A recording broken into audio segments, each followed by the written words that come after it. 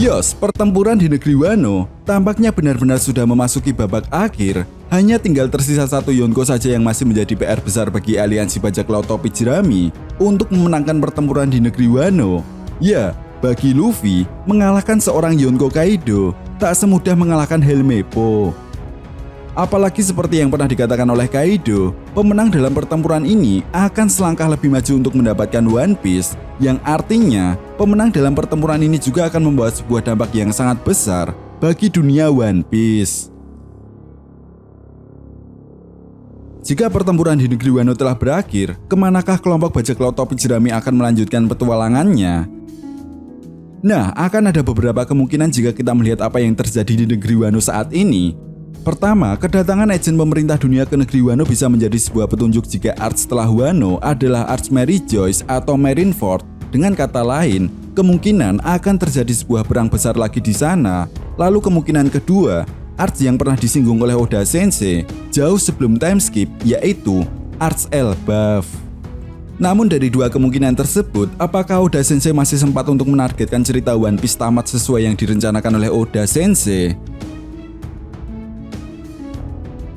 Karena seperti yang kita tahu dalam sebuah wawancara Jump Fest tahun lalu, Oda Sensei pernah mengatakan bahwa cerita One Piece sudah berjalan 80% dari cerita akhir, yang artinya kurang lebih 5 tahun lagi, One Piece benar-benar akan tamat. Dan menurut Mimin pribadi, jawabannya tentu bisa, karena tidak semua arc dalam cerita One Piece memiliki cerita yang panjang.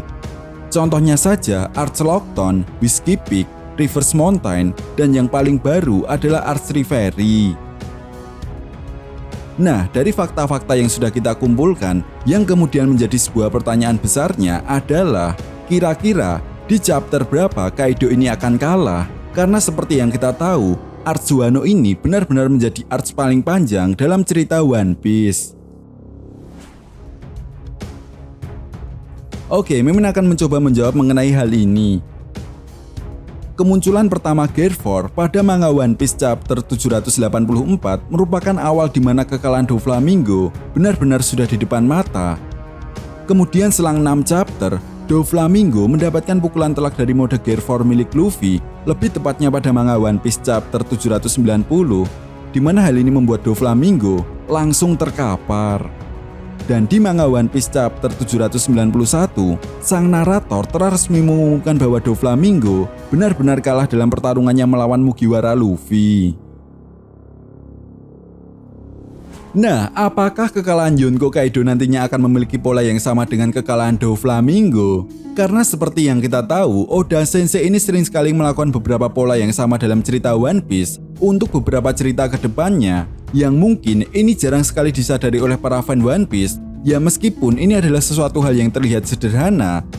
Lalu kenapa Mimin menghubungkan kekalahan Doflamingo dengan kekalahan Yonko Kaido? Pertama, Dovi ini merupakan anak buah Kaido yang dikalahkan oleh Luffy. Kedua, yang mungkin masuk akal adalah kekuatan Gear 4 pertama kali digunakan oleh Luffy saat menghadapi Doflamingo, dan kekuatan Gear 5 pertama kali digunakan oleh Luffy untuk menghadapi Kaido pada manga One Piece chapter 1044. Nah, jika kita mengaca dari pertarungan Luffy melawan Doflamingo, artinya bisa jadi kekalahan Yonko Kaido ini selang 6-7 chapter lagi. Dengan kata lain, chapter 1051 akan menjadi chapter kekalahan bagi Yonko Kaido.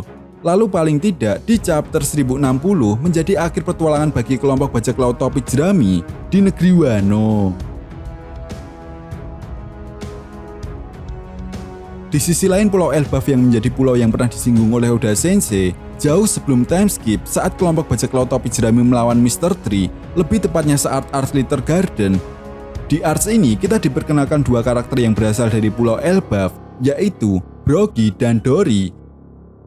Menariknya, Usopp yang memiliki hubungan baik dengan Dory berjanji bahwa dia akan mengunjungi Pulau Elbaf suatu saat nanti. Nah, wilayah Elbaf sendiri menjadi kisah masa lalu dari Yonko Big Mom saat dia dibuang oleh kedua orang tuanya. Dan di tempat ini juga, Big Mom telah membuat kekacauan di masa lalu. Ya meskipun dulunya Elbaf memiliki koneksi dengan Yonko Big Mom, namun saat ini justru Pulau Elbaf diyakini menjadi wilayah kekuasaan Yonko Akagami no Seng. Apalagi ada sebuah clue yang diberikan oleh Oda Sensei jika Seng memang memiliki koneksi dengan para ras raksasa yang ada di Pulau Elbaf. Nah, jika kita perhatikan, kapal bajak laut rambut merah ini memiliki kemiripan yang sama dengan kapal bajak laut raksasa yang berasal dari Pulau Elbaf. Selain itu, di akhir manga One Piece chapter 903, Akagami no Seng pernah mengatakan, sepertinya kita akan segera bertemu Luffy. Namun menariknya, selang 4 chapter kemudian, sesuatu hal yang sangat mengejutkan terjadi. Ya, Seng justru menemui Gorosei untuk membicarakan seorang bajak laut, di mana kemungkinan besar sosok ini adalah Luffy, karena seperti yang kita tahu bahwa pada manga One Piece chapter 1042, Gorosei tiba-tiba memprioritaskan Luffy untuk menjadi target utama dari misi mereka, yang sebelumnya yaitu menjadikan negeri Wano bagian dari pemerintah dunia dan juga menangkap Nico Robin. Dan benar saja, kenapa Gorosei ini tiba-tiba menargetkan Luffy? Karena pada manga One Piece chapter 1044, perlahan-lahan Oda Sensei telah mengungkap kekuatan buah iblis yang dimiliki oleh Luffy setelah Luffy berhasil membangkitkan kekuatan awakeningnya. Ya, ternyata buah iblis legendaris yang selama ini diincar oleh pemerintah dunia adalah buah iblis Gomu Gomu no Mi yang memiliki nama asli, yaitu buah iblis mythical Zoan Hito Hito no Mi model Nika. Jelas hal ini pun membuat pemerintah dunia ketar-ketir, apalagi setelah nantinya para Gorosei ini mengetahui bahwa Luffy benar-benar telah membangkitkan kekuatan awakeningnya.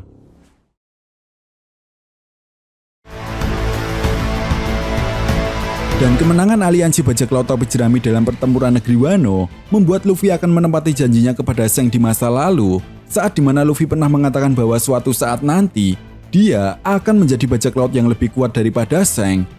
Dan di momen ini juga, Seng menanggapi perkataan Luffy tersebut dengan serius. Sambil memberikan topi jerami miliknya kepada Luffy, Seng mengatakan bahwa ketika kau sudah menjadi bajak laut yang hebat, kembalikan topi ini kepadaku. Dimana inilah janji yang dibuat oleh mereka berdua di awal cerita One Piece. Nah, saat ini Oda Sensei tampaknya benar-benar akan mengembangkan janji Luffy kepada Seng, dan Pulau Elbaf akan menjadi tempat di mana Luffy akan membuktikan bahwa dirinya telah menjadi lebih kuat daripada Seng. Selain itu, pertama kalinya kita diperlihatkan karakter Brogy dan Dory. Satu hal yang bisa kita simpulkan dari kejadian sepele yang menyebabkan mereka bertarung selama 100 tahun, yaitu baik Brogy ataupun Dory sama-sama ingin saling membuktikan siapa yang lebih kuat di antara mereka berdua. Jelas, hal ini pun tidak lepas dari sifat kesatria mereka sebagai penduduk Pulau Elbaf. Di sisi lain, One Piece film Red yang mengisahkan Yonko Akagami no Seng yang dikatakan masuk dalam cerita canon semakin membuktikan jika Arc Wano benar-benar akan segera berakhir dan pertemuan Luffy dan Seng benar-benar akan segera terjadi. Nah, jadi bagaimana menurut nakama semua? Jika kalian punya pendapat lain atau ada yang ingin ditambahkan tentang pembahasan video kali ini, bisa tulis pendapat kalian di kolom komentar. Oke, sampai di sini dulu pembahasan kita kali ini, and see you next time.